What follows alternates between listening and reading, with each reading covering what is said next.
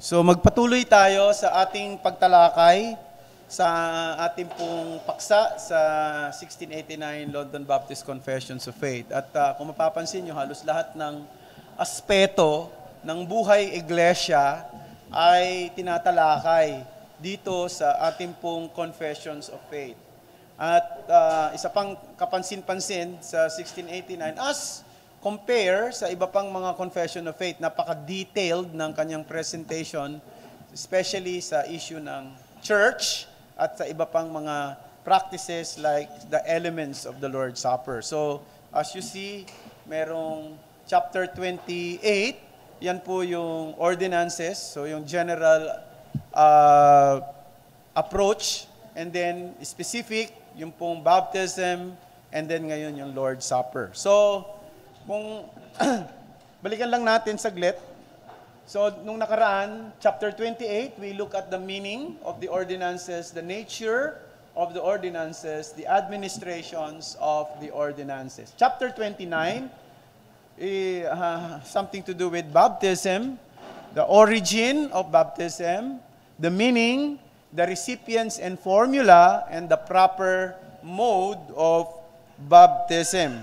So, dito, pinapakita sa atin ang mga halos lahat ng aspeto, no, sa usapin ng baptism ay binigyan natin ng pansin dito.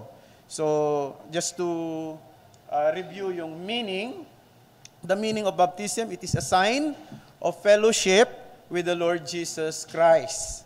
So, ang bautismo ay fellowship, pakikisama mismo sa ating Panginoong Kristo, no?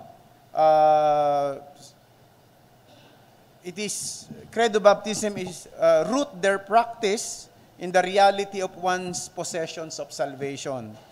So, we believe that once ng isang tao na nampalataya kay Kristo, siya ay ligtas. Taglay niya na ang pagpapala ng kaligtasan. Taglay niya na ang biyaya ng kaligtasan. Taglay niya na ang lahat ng pangako ng kaligtasan at pag-asa ng kaligtasan. Hindi katulad ng mga Paedo-Baptist, o kung tawagin natin mga Presbyterian, mga Congregationalist na nagpa-practice ng tinatawag na infant baptism, ang kanila, actually hindi yung kabuuhan ng kaligtasan, kundi ang pag-asa lang na maaring maligtas yung bata na kanilang binabautismuhan. Kasi, di ba, anak yun ng mananampalataya. So, yung batang yan, they are hoping in the future na siya ay maging Christian. So, yung baptism is performed in the hope of future salvation, embrace in faith. While credo baptism is embracing the reality of the possession of salvation in the present. Okay? So, tandaan natin yan. And then it is a union with death and resurrections of Jesus, and it is a sign of forgiveness of sin. It is a sign declaring the determination to follow Christ as a lifelong disciple. So, whenever we are looking at someone na mayroong binabaptize dito, we also look at ourselves. No, na sinasabi natin sa ating sarili na tayo ay mga binautismuhan din at tayo ay nagpakita ng mga tanda ng ating pagsunod sa ating Panginoong Kristo, at ang pagsunod na ito ay isang lifelong, hindi ito isang pagsunod na hanggat gusto mo o hanggat convenient ka sa pagsunod, kundi it is following the Lord in a lifelong discipleship. So in a real sense, believers are declaring in the waters that I belong to Jesus and I am His disciple and I will go where He tells me to go and I will be where He tells me na kung saan ako. Okay? And then, let's go to the paragraph 30. Dito na tayo papasok sa tinatawag nating Lord's Supper.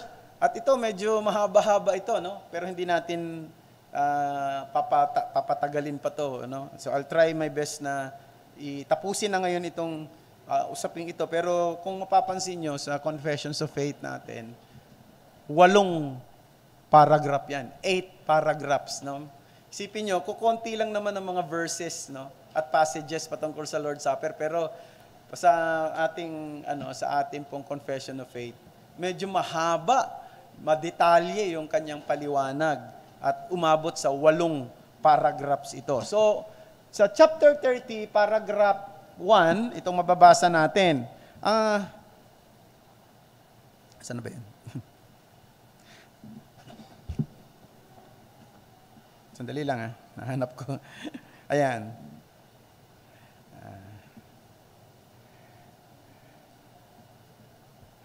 Itinatag ng Panginoon ang banal na hapunan ng gabing ring yaon nang siya ay pinagkanulo. Ito ay dapat ipagdiwang ng kanyang mga iglesia hanggang sa katapusan ng sanlibutan upang palaghiang alalahanin siya at ipahayag ang paghahandog ng kanyang sarili sa kanyang kamatayan. Upang palaghiang palalahanin siya at ipahayag... itinatag din ito upang pagtibayin ang mga banal sa kanilang pananampalataya na ang lahat ng pagpapala na galing sa handog ni Kristo ay nauukol sa kanila. Bukod dito, ito ay nauukol sa kanilang espiritual na kalusugan at paglago kay Kristo at pagpapatibay sa pagganap ng lahat ng tungkulin na dapat nilang ibigay sa Kanya. Ito rin ay isang bukod at pangako ng pakikisama ng mga mananampalataya kay Kristo at sa isa't isa. So yan, dito makikita natin na doon sa paragraph 1 ay binibigyan pansin yung purposes of the Lord's Supper. The purposes of the Lord's Supper. So we can summarize the purposes sa 4 na bahagi. First, remembrance of the sacrifice of Christ Himself. So in the Lord's Supper, the focus of our the focus is yung mental, and then yung emotional, and then yung volitional. Pag sinabing volitional, yung ating will, yung ating kalooban, and then yung spiritual powers to be upon Christ Himself, no? So we are training ourselves to always remember what Christ has done to us. So yun ang ginagawa natin sa Lord's Supper. Isip natin, damdamin natin, kalooban natin, at lahat, no, ay ating pong tinitrain para alalahanin si Kristo lagi. So, ano ang inaalala natin kay Kristo? Yung historical facts at yung realities. Si Kristo ay hindi isang alamat, hindi isang legend. Maraming kwento na hindi mo tiyak kung totoo, no? Maraming mga maging sa, 'di ba, yung sino ba ito, yung the King Arthur and his knights. Marami nagsabi, totoo nga bang mayroong King Arthur and his knights, no?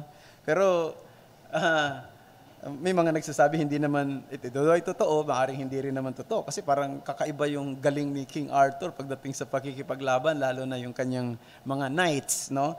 Pero itong usapin na may kinalaman kay Jesus Christ, this is true, this is real, and alam nyo, kaya inaalala natin lagi para lagi nating masabi sa ating sarili at sa sinuman na ang nangyaring sa kasaysayan, 2,000 taon na ang nakakaraan, ay hindi isang kathang-isip lamang. Ito totoo. Na dumating sa mundong ito, ang isang Diyos na tao, Diyos-tao, God-man, dumating siya dito sa mundo, lumakad siya sa ating pong mundo, sa Palestine, at nabuhay siyang totoo, nangaral siyang totoo, nagpagaling siyang totoo, gumawa siya ng himala, at maraming mga ginawa ang Panginoon na mga mahahalagang pagtuturo, at hanggang sa siya ay nagtapos ang kanyang buhay doon sa krus ng Kalbaryo. Ngunit pagkatapos ng 3 araw, siya ay muling nabuhay. We are to remember Him, no? That steers us to love our Savior more and moves us to serve Him. So, this is an exercise of faith. Ito ay pag-exercise ng pananampalataya prompted by the symbolism of bread and wine. It is an affirmation of all that we believe in Christ. So we are conducting Lord's Supper because we affirm that we believe lahat ng mga tinuturo ng Biblia patungkol kay Kristo at sa kanyang, lalo na sa kanyang kamatayan. And then, it is a proclamation of Christ's death. So in a sense, we preach the gospel non-verbally. Diba? When we say preaching the gospel, anong ginagawa natin? May salita, no? May pangangaral. Ginagamit natin ay bibig.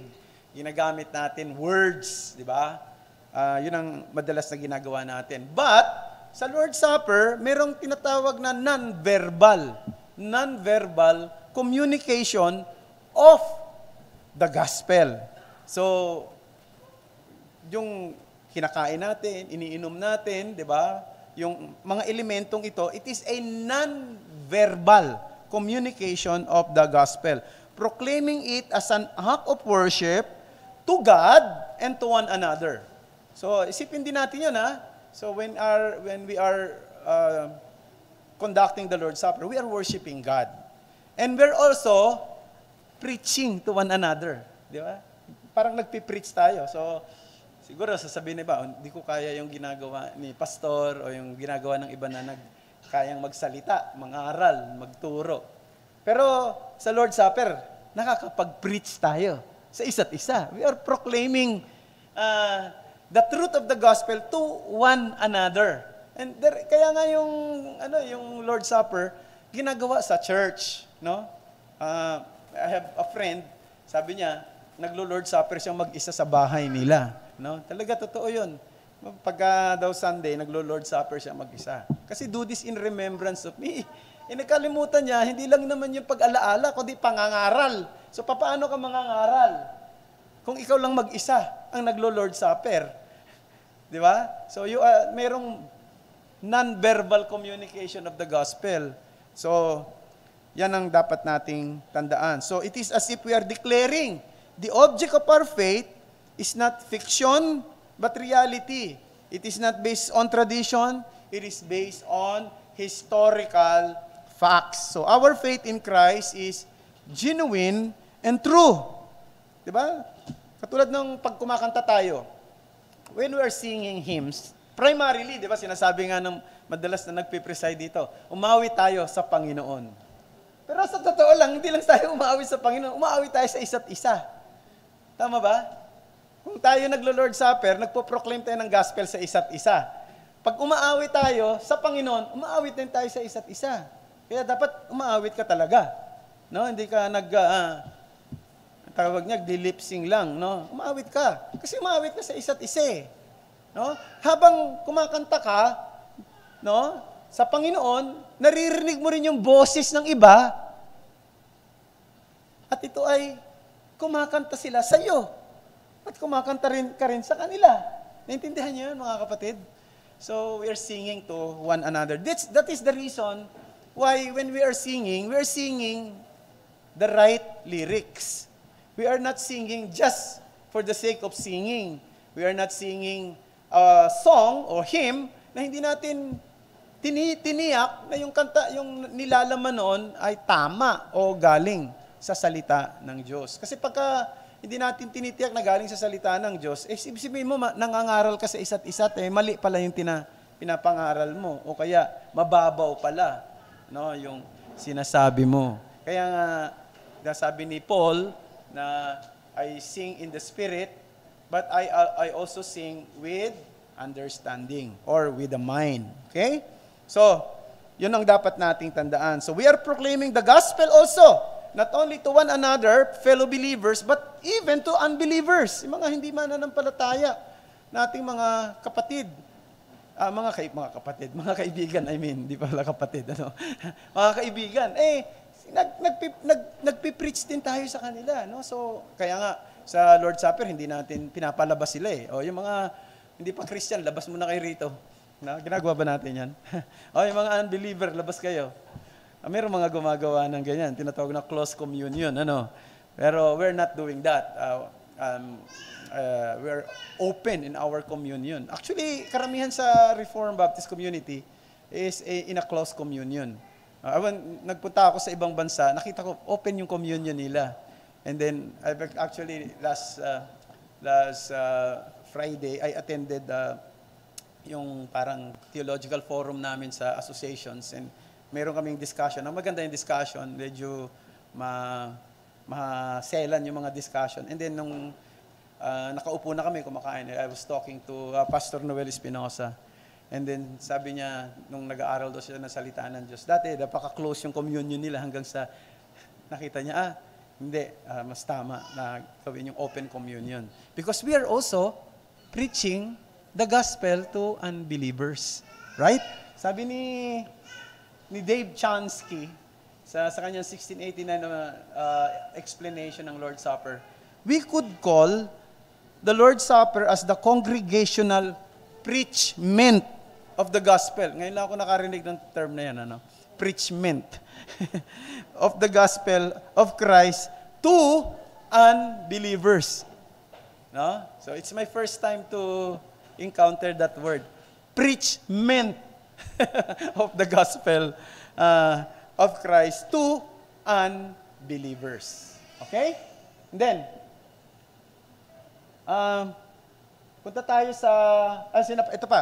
Ito pang isang mahalagang punto na, saan ba tayo? Ayan, tama. Stimulate, ito, isa pang mahalaga. It is also for spiritual nourishment, of course. It does not mean only to confirm or to assure the true believers that we are really partakers of His grace in Christ, but to nourish our soul. So, it is a means of grace. And then, last, stimulate us to love and serve. So, the Lord's Supper is being used to stimulate our love to God and our service to God, and also with one another's. Remember this, brethren. We are debtors to Christ. And the regular contemplation of His sacrifice for us in the Lord's Supper should serve as a reminder and motivator in our service to Him. No? So mga kapatid, lahat tayo rito, may utang sa Panginoon. No? At yung utang na yun, hindi natin kayang bayaran. Tandaan natin, di ba? Si Apostle Paul sa Romans 1:16, sabi niya, we have debtors. Meron daw tayong mga utang sa Diyos. May utang tayo. So bilang may utang, ipangaral natin ang Ebanghelyo. Pero sa totoo lang, yung utang natin, hindi natin kayang bayaran yun. Kahit ano pang gawin natin, yung ginawa ng Panginoon sa atin. Kaya ang paraan lamang para tayo ay gumanti sa ating Panginoon ng doon sa pagkakautang natin ay magmahal sa Kanya at maglingkod sa Kanya at magmahal sa isa't isa at maglingkod sa isa't isa. No? Yun ang dapat nating tandaan. And Lord's Supper is one way to love and to serve one another. Lord's Supper is also a motivation for us to love and to serve one another. Okay? Let's go to the paragraph number 2. Paragraph number 2, hindi inihahandog si Kristo sa kanyang Ama sa ordinansyang ito, ni wala nang handog ang ginagawa sa ikapagpapatawad ng kasalanan ng buhay o patay. Ang banal na hapunan ay isang paalala lamang ng tanging paghahandog ni Kristo ng kanyang sarili sa krus, minsan magpakailanman. Ito ay espiritual na paghahandog ng lahat ng maaaring pagpuri sa Diyos para sa krus. Kaya ang tinatawag na handog ng misa ng Iglesyang Romano ay lubhang kasuklam-suklam at nakapipinsala sa sariling handog ni Kristo na siyang tanging pampalubag loob para sa lahat ng mga makasalanan na mga hinirang. So dito, dinidiscuss naman yung spiritual sense ng Lord's Supper. Remember this, brethren, that it is not a reenactment of what Christ has done, but a reminder to look back at the great event of the cross and praise God. So makita natin, ang ginagawa sa Roman Catholic Church, every time na may Eucharist, may reenactment of the sacrifice. So Jesus Christ is being sacrificed in a way whenever there is a Lord's Supper or a Eucharist. So ito, hindi ata alam ng marami ito no? Sa ating mga kaibigan. Pero yun ay nakalagay sa kanilang catechism. Yun ay nakalagay sa kanilang doktrina, no? Pero hindi ito reenactment. Ito ay reminder. We are looking back at the great event of the cross. And through that, we praise our Lord. We praise our God. 1 Corinthians Hindi ko yata nailagay yung verse. No, sorry Hindi ko yata nailagay. So, yung ginamit na verse na titinan ko kung nailagay ko hindi yata. Sorry. Hindi ko nga nailagay. Pero yung verse dyan, ay yung sa 1 Corinthians 11:24-25, when he had given thanks, he broke it and said, "This is my body, which is for you. Do this in remembrance of me." In the same way also, he took the cup after supper, saying, "This cup is the new covenant in my blood. Do this as often as you drink it in remembrance of me." So, yung ginamit na salita ay remembrance at sa confession of faith natin, ang ginamit ay memorial, no? Memorial. Now, let me explain that by using the term memorial, we affirm our belief in communion with Christ and our fellow believers. Now, we don't believe that it is a plain remembrance lamang yung memorial kasi yun ang palagay ko pagkakamali ni Ulrich Zwingli, di ba, matatandaan na nagkaroon ng meeting si Martin Luther at saka si Ulrich Zwingli noong panahon na yon. Si Martin Luther sa Germany, si Ulrich Zwingli ng Geneva o ng Switzerland. So nagkita sila para i-discuss nila yung kanilang pagkakapare-pareho at nagkasundo sila sa lahat. Pagdating sa Lord's Supper, nagkaroon sila ng pagkakaiba sapagkat si Martin Luther, ang paniwala niya ay consubstantiation, na yung presence daw ni Christ nandoon pa ikot-ikot doon sa element. So, nasa bottom, nasa in between, so something like that, nandyan, no, yung presence ni Christ. Samantalang kay Ulrich Zwingli naman, memorial. Hindi, pag-alaala ito. Now, sa totoo lang, pareho silang may problema. Mali si Martin Luther, pero kulang naman si Ulrich Zwingli. Sapagkat pagka tayo naglo-Lord's Supper, totoo inaalala natin ang nangyari sa nakaraan. Binabalikan natin, no? Pero hindi lang ito ipag-alaala, kundi ina-affirm din natin na may communion na nangyayari kay Kristo at sa fellow believers, no? We are also having communion. So, yung Lord's Supper, kaya tama yung salitang communion. Communion. Di ba? Sa kinagisnan nating relihiyon, ginagamit yan, may first communion. Pero, minsan, yung gamit ng salita nila, of course, yung sense ng gamit nila, hindi tulad ng pagkakaintindi natin. Sa kanila, yung communion na yun, yung ginagawa nila. Ko-commune sila doon sa kinakain, di ba? Kasi totoong katawan daw ni Kristo yon, nagiging totoong katawan, transubstantiation, at totoong nagiging dugo ng Panginoon Kristo yung iniinom nila. So, ang nangyayari, nagko-commune sila doon. Pero ang idea natin ng communion in the presence of Christ in our midst, while we're doing the Lord's Supper, through the mediation of the Holy Spirit, and our communion with one another. With one another. That's the reason. Babalik na naman ako dun sa sinabi ko kanina, kaya nga hindi natin ginagawa yung Lord's Supper mag-isa. Kaya pag kami Lord's Supper, tapos sasabihin mo, pwede ba, Pastor, pakidala na lang yung elemento rito sa bahay namin. Maglo-Lord's Supper ako mag-isa. Palang communion na nangyayari. Kasi communion nagsasama-sama tayo. No? Kaya nakapakalaking issue dati nung pagdating sa Lord's Supper ng panahon ng pandemic. Di ba? Nung panahon pandemic, talagang yan ang isang napakalaking usapin. Paano maglo-Lord Supper? Ang idea ng Lord Supper, communion. So, that's the reason why wala tayong communion. No? We suspend the Lord's Supper for a while, no? Because the idea is communion, yung pag-commune to one another. So,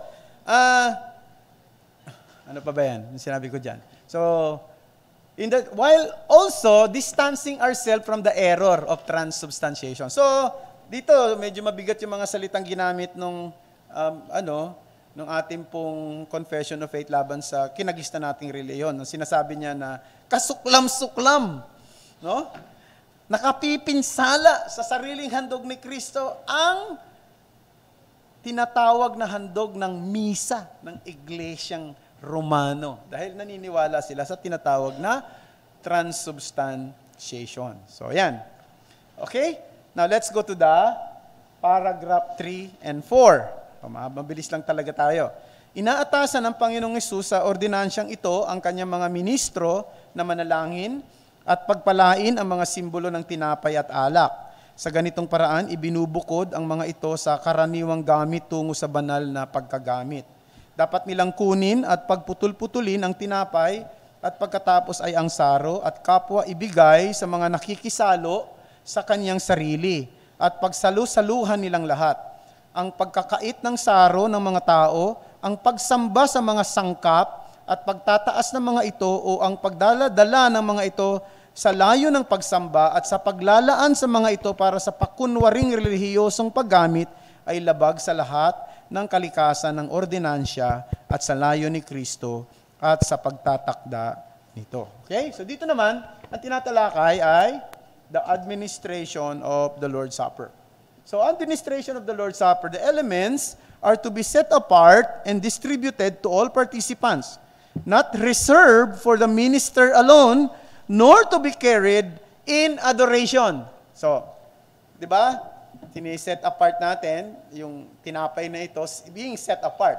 So, marami namang klase ng tinapay o maaring yung tinapay na binili na kinagamit natin galing sa bakery, no?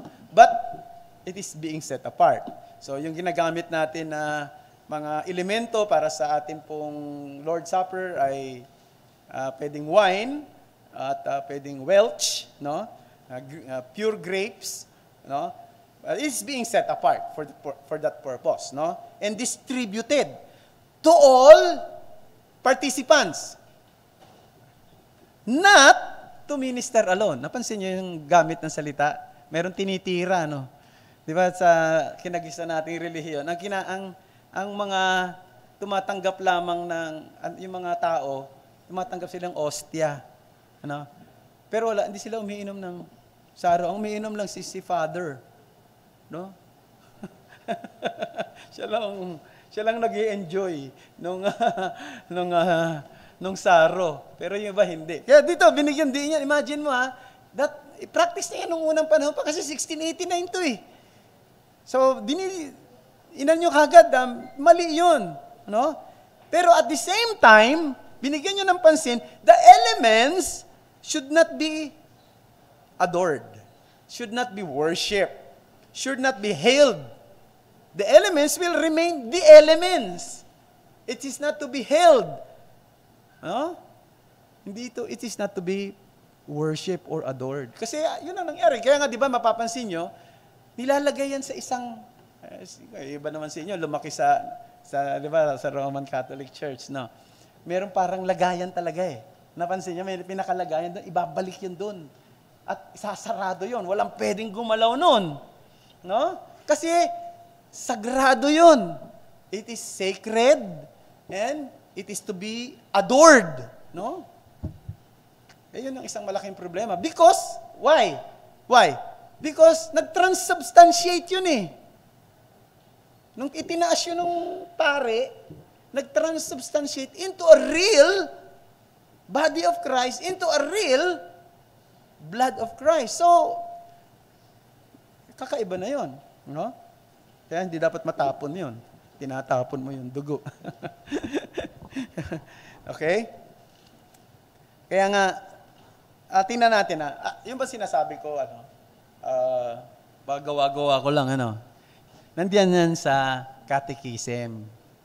Tingnan nyo, basahin natin. Sa Catechism of the Catholic Church. Pwede makita yan sa internet No? Sabi doon, because Christ Himself is present in the sacrament of the altar, He is to be honored with the worship of adoration.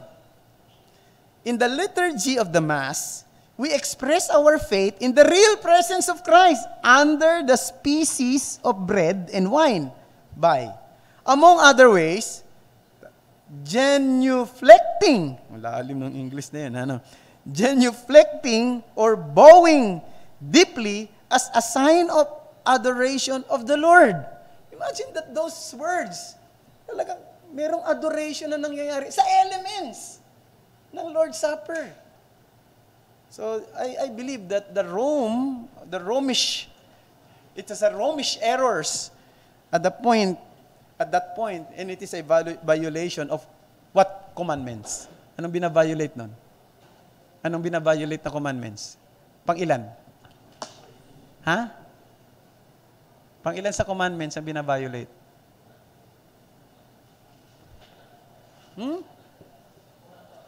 Una?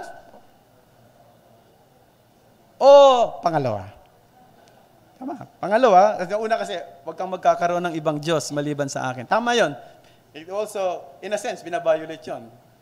Kasi Diyos lang dapat ang sinasamba. Pero pangalawa, huwag kang magkakaroon ng anumang inanyuan, ng anumang imahe. No? So, violated yung second commandments. No? Bakit? Yung worship natin is spiritual worship. Di ba? We worship the spiritual God. We worship God in spirit. No, we don't worship the God na nakikita natin. So kaya nga, di ba, napakasimple nung harapan natin at nasa gitna ang pulpito sapagkat para sa atin ang sentro ay ang pangangaral ng salita ng Diyos. No? Sa iba, maraming mga abubot sa harapan, no? Para ipakita na meron talagang iba pang dapat hangaan at dapat na i-adore. Pero sa atin, wala. So doon nagkakamali ng malaki ang kinagista nating relihiyon. Ang ginamit nilang salita di ba? Bowing deeply as a sign of adoration of the Lord. Kaya gumaganon, di ba? Napansin niyo, di ba? Gumaganon. Tapos hinahalikan. Di ba? Nahalikan pa yan, di ba?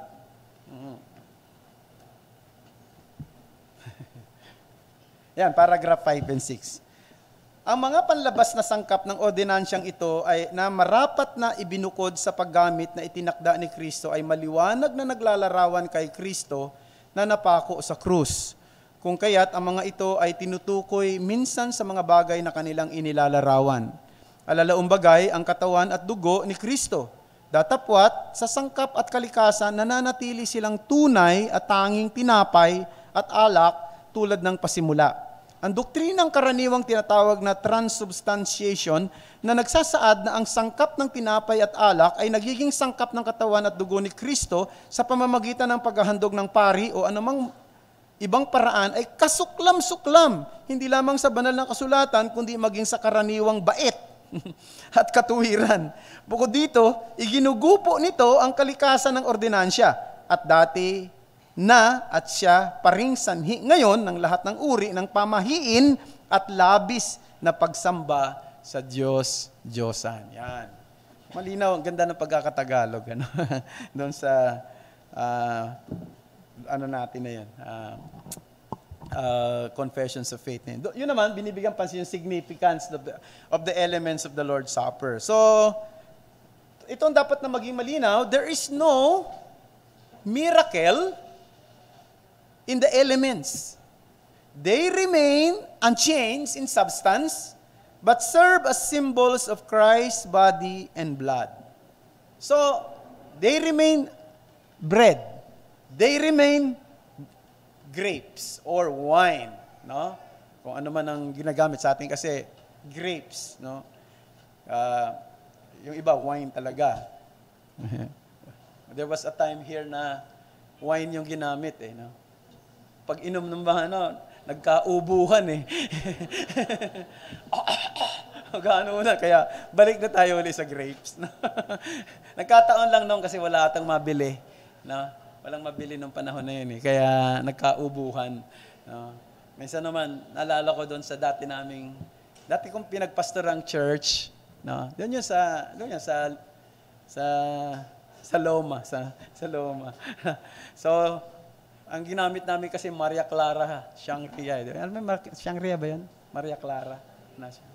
So, pag inom ng ganun di ba? Pag inom, sabay-sabay namin inom. Sabay-sabay, pag inom, sabay-sabay rin. Kaya, kaya nawawala yung solemnity. Kaya pinalitan na namin ng grapes. Kasi baka mangyari na naman dito magkatawanan, nawala yung solemnity. Anyway, sa iba naman, okay lang yon, lalo na sa Europe, no, sa mga western country kasi sanay naman silang uminom ng wine, no? Bahagi ng buhay nila umiinom ng red wine, no? Okay naman 'yan. So, pero dito malaki yung error. Kaya maganda yung observation ni David Dixon patungkol sa Lord's Supper ng ka-Roman Catholic. No, si David Dixon sa kanyang libro na Truth Victorious Over Error, sabi niya, the Roman doctrine is absurd.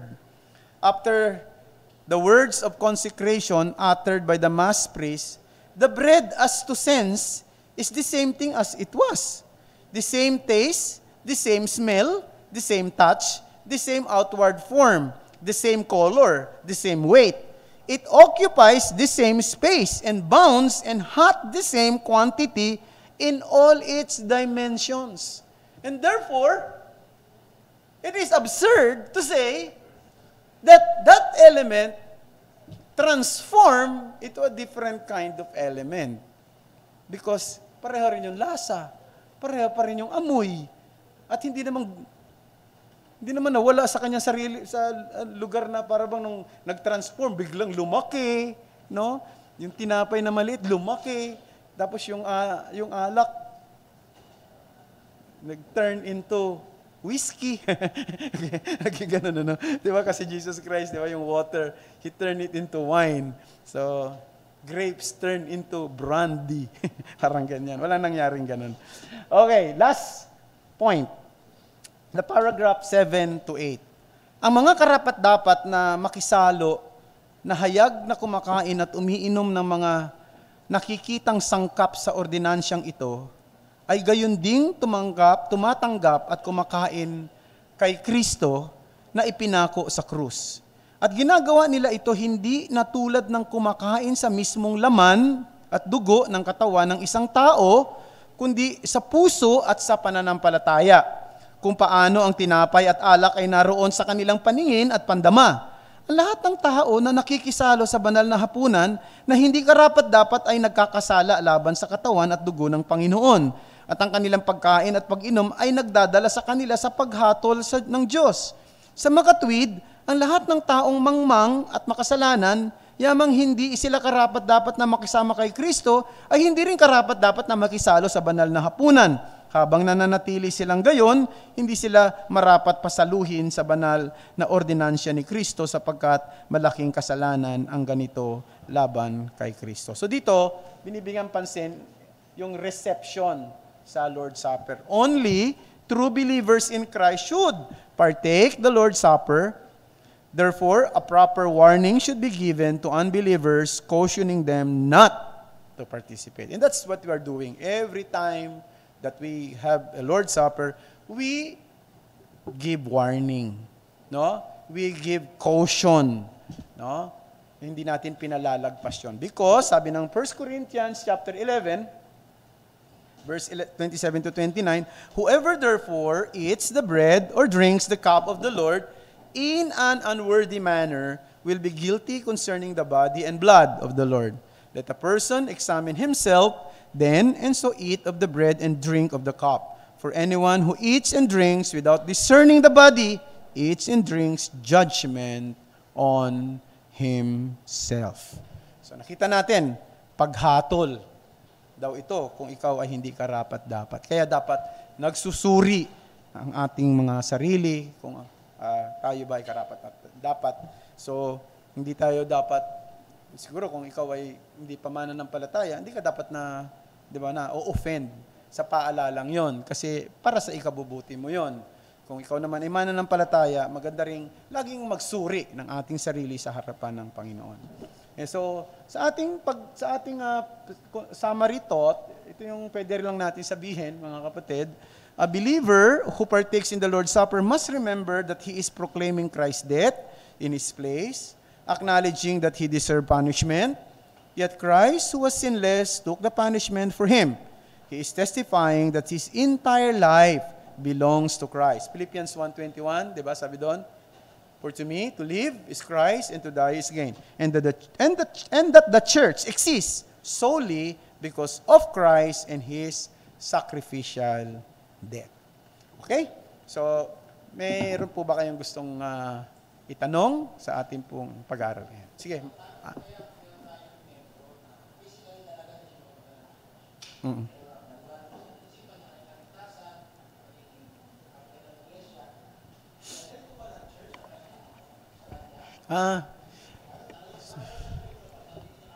Oo. Sa akin, maganda yung tanong na yun ni Alan. Ang tanong ay para doon sa mga hindi nakapadinig sa ay paano kung physically hindi na talaga kayang pumunta sa church, sa worship service dahil meron ng tinatawag na health issue or meron ng inability na makarating dito. No, meron ng kapansanan, pwedeng ganun. Yan yung mga sabi nating exceptions in the rule. Pwede nating sabihin exceptions in the rule. Kasi iba yung sitwasyon nila. Palagay ko, pwede rin nating i-apply yan pati sa baptism. Baptism is required. If you are a Christian, if you are a believers of the Lord, you have to be baptized. But kung halimbawa may karamdaman ka na, meron ka ng, hindi ka na pwedeng, di ba? Baka pag nilublob ka pa, baka yung pang maging daan ng kamatayan mo, mahirap na, no? Yung hindi ka na pwedeng mabasa ng, tawag nito, baka sa Bisaya, panuhot, no? Baka ikaw ay lamigin pa, maging detrimental pa sa'yo yan. So yun po ay exception sa rule, yung bagay na yun. Pero in a very ordinary experience, in a very ordinary situation, you must participate in the Lord's Supper. Okay. Meron pa po. Sige. Yes, si Ate Banji, pakilagyan ng microphone. Dali lang, ate, ha? Inaayos lang yung ating mga wala. Sige, sige, mamaya na yan. Iulitin ko na lang. Okay lang, ate.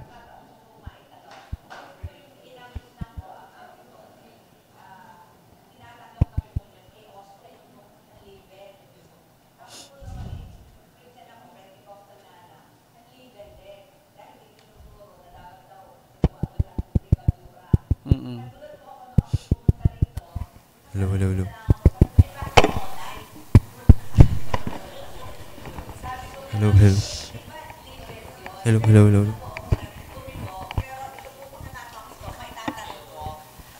Material po ba yung leavened bread and unleavened bread in the observation of the Lord's Supper? Ay, maraming salamat, ate. Kung babalikan natin yung practice ng mga Hudyo, actually, kaya unleavened yon at saka kaya nila ginagawa yun dahil yun ang utos sa Old Testament na gagawin nila. In fact, hindi nga lang yun ang kasama doon kundi meron pang mga herb, di ba? May herb pa na ginagamit, no? Pero yung tanong na dapat ba unleavened bread or wine,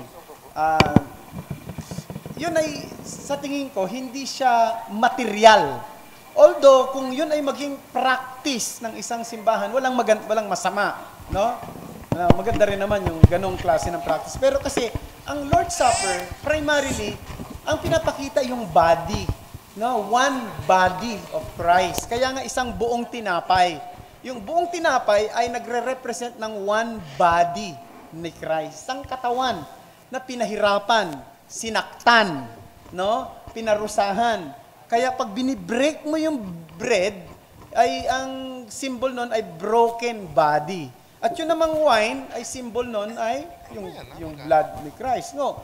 So we have to, kung magiging stricto rin tayo, dapat alamin natin anong klaseng wine ang ginamit nila Christ noon. Ayun ba ay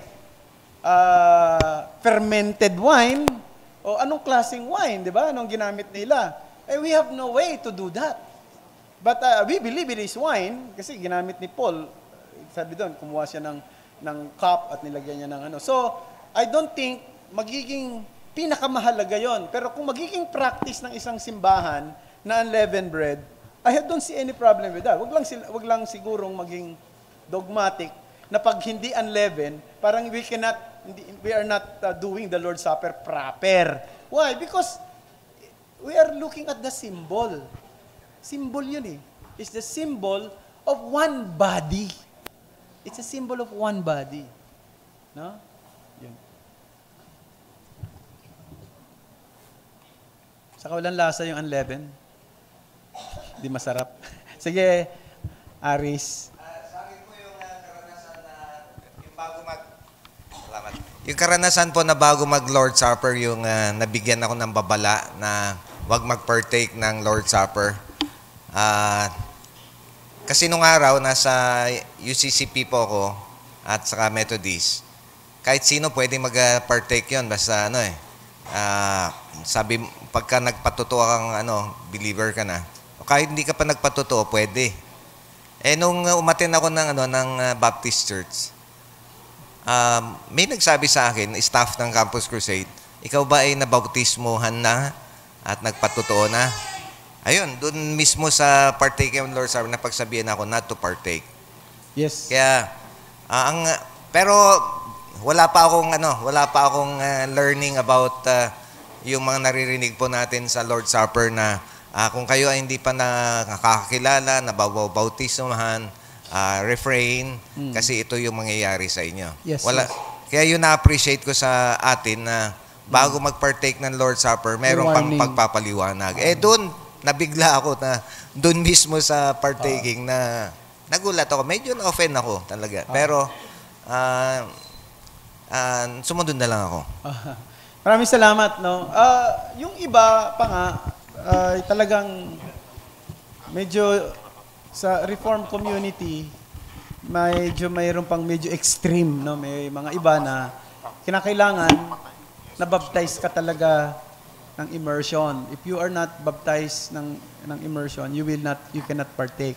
Halimbawa, you are a Paedo-Baptist, as a Presbyterian, and then you attended the Baptist church like this, or Reformed Baptist, you cannot partake the Lord's Supper. No? Kahit na maaaring ikaw yung nag-preach. No, halimbawa, ikaw ang nag-preach. No, you're invited to preach. Halimbawa, kanyari, si R.C. Sproul, nag-preach, di ba? Hindi siya pagpapartike ng Lord's Supper. Merong ganon na practice. So, sa akin, that's extreme. No, that's extreme. Kasi ang idea kasi ng Lord's Supper, communion. So, communion with fellow believers. Pero, ito ang gusto kong sabihin. Halimbawa, you want to be member of the church, this Reformed Baptist Church, or our SGCC, you want to be a member. And then yung conviction mo, pedo-baptism. We will only accept you if you will be immersed. Naintindihan niya? I will respect your position, but since you want to be member, you have to immerse. Kasi alam niyo, wala namang problema sa ibang mga Presbyterian yung immersion actually. No? Walang problema sa kanila. Ginagalang din nila yan eh. Pero ang point ko, you have to be immersed if you want to be member. But if you don't want to be member, then okay lang. Now, yung pa rin ng conviction mo, okay lang yan. Wag mo lang ituturo yan sa mga katabi mo, wag mo lang siyang hikayatin sapagkat you're already violating the confessions of the church, no? So if you want your conscience to be practiced well, you have to find a church pareho ng conviction mo. Pero yung warning, kailangan lagi yon. Warning. Si Paul, kaya nga sa 1 Corinthians 11, may warning lagi eh. Di ba? May warning siya. Siyasatin ninyo. No? Actually, ngayon, naka-attend na rin ako ng mga, pag nasa ibang lugar ako, minsan wala namang choice, makapag-church ka sa isang non-reformed church. May practice sila na, wala nang palipaliwanag. Basta, pagdating ng Lord's Supper, matatayo na yung mayroong mga, I think, sa Malaysia yata yun, honey, no? Matin tayo na, pagdating doon sa, biglang tatayo na yung mga deacons doon sa harapan. Lalapit na lahat ng tao yan. Wala nang palipaliwanag yung mga at sa mga tao, basta nakapag-partake. Kaya, yung nag-invite sa amin doon, sa church na yon, hindi siya member, at hindi rin tiyak kung Christian siya, pero siya yung nag-invite sa amin. In fact, hanggang ngayon, hindi pa nga siya member ng isang church. At maging yung asawa niya, parang hindi pa rin tiyak kung itong asawa ko, Christian. Pero doon, kasama siya sa nagpa-partake ng Lord's Supper. Because it is not being explained, there was no warning, so everybody partakes, just like doon sa kinagisa nating religion. So, pwedeng pumila lahat. Okay? Mike? Sir, may tanong lang po ako. Honest tanong lang po, sir.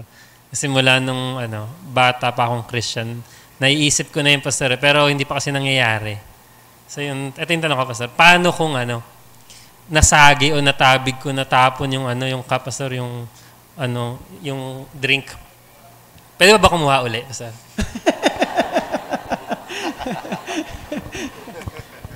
Pwede naman, no? Hindi naman natapon yung dugo ni Christ, Walang natatapon, walang nasayang sa dugo ni Jesus Christ. Yung dugo ni Jesus Christ ay sapat na pinanlinis sa lahat ng mga kasalanan ng kanyang mga hinirang. Yun ay simbolo lamang, yung ang naroong. Kaya sabi nga natin dito doon sa sinabi ni David Dixon na nananatili siyang lasang grapes, lasang wine, lasang, 'di ba? Amoy, pare-pareho, walang nagbabago. So kung natapon man 'yon, pwede kang humingi kung meron pa. No? Ang problema baka ubos na. 'Yan ang malaking problema.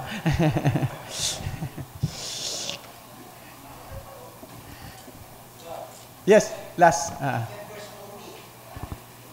Yun nga. Yun yung close communion, that members only. We respect those church na ganon. In fact, I know a church, and I will not mention the name because I respect the church very much, and also the elders of those churches. That pag may Lord's Supper sila, pupunta lahat ng membro sa isang room, and then yung lahat ng mga hindi member maiiwan lang sa church sa taas, maiiwan sa isang lugar. Babalik na lang 'yon. Tapos maghihintay yung mga pagkatapos na silang mag-Lord's Supper. Sa akin parang napaka-weird ng ganun. Kasi we're not, sabi ko kanina, doon sa paliwanag natin, may idea ng proclamations of Christ's death. So when di ba ang ginamit na term ng preachment, whenever we partake the Lord's Supper, it is a non-verbal preaching of the gospel to our fellow Christian and to the unbelievers. So, if we are going to do that members only, it's a close communion, then how can we do the preaching to others who are not members? Or perhaps they are Christian, and yet hindi pa lang sila hindi members sila ng ibang church, So, we also want to preach the gospel to them through the Lord's Supper. Okay, thank you. Palagay ko, wala na, si Alex, last na, Alex. Pastor, regarding po dun sa water baptism na binanggit nyo, sabi nyo, kasi kung ang magpapabaptize may health issue, katulad ko, di ba, Pastor, nung lumusong ako dyan sa pool, ang tubig kasi paribasa matangkad ako, hanggang dito ko lang yung tubig. sa hita. Parang sa inyo hanggang dibdib, di ba? Tapos nung ang paglubog nyo, di ba ang ginawa nyo yung paglubog sa akin, pahigang ganyan. Pahiga, ang nangyari po sa akin, marami pong nakapansin sa akin dyan sa screen na ano daw ako, gininaw. Kasi talagang malamig yung tubig. Ngayon, pag uwi ko sa bahay, nagkasakit yung, ka? Yung pong alaga kong aso, pakakainin ko dog food. Umupo po ako lumuhod. Nung tatayo ako, hindi na ako makatayo Sobra pong sakit ng bewang ko. Siguro mga 3 days, nagpunta ako ng doktor. Nagpa-check up ako. Ang tinanong niya sa akin kung anong klase. Kasi kinuwento ko yung binaptize ako sa water Sabi niya, paano pagbabaptize ang ginawa sa'yo? Sinabi ko, yung pahiga akong ganyan. Kasi di ba, pastor, kasi palibasa nga matangkad ako, kailangan, yung nang hiniga niya ako, kailangan talagang lulubog ako sa tubig, di ba? Hirap na hirap ako. Tapos sabi ng doktor, dapat daw, nilubog na lang. Kasi na-trigger daw yung bewang ko sa parang nalamigan. Kaya sana po, ang may-advise ko lang, kung meron kasing edad ko na may health issue sa ganito, sa bewang, wag na, paano gagawin, pastor? Hindi na magpapabaptize. Salamat, Alex, doon sa, sa point na yan. Unang-una, hingi ako ng sorry sa'yo, kasi, tawag nito, hindi ko na-consider yung bagay na yon. Siguro magandang point din yan, na i-consider natin, kung medyo may problema, masyadong matangkad, o kaya baka, kung ano yung paraan, para lang mailubog siya. So, merong iba kasi pagka doon sa dati naming place, meron kaming baptistry doon, medyo maliit lang siya. So, merong binaptize na matangkad, so nilubog na lang siyang gano'n kasi baka tumama yung ulo niya doon sa pinakasulok. So, siguro na natin 'yon, na overlook 'yon, pero palagay ko, sa case mo, dapat ka pa rin i-baptize. Siguro yung paraan lang na maaring hindi pahiga, maaring ilubog lang, paluhod, basta mailubog, okay na yun. Pwede yun. Pero yung usual na ginagawa natin, na hinihiga natin, kasi maganda yung symbolism niyan, parang, di ba, parang inihiga mo, parang death, and then yung resurrection, yung pagbangon.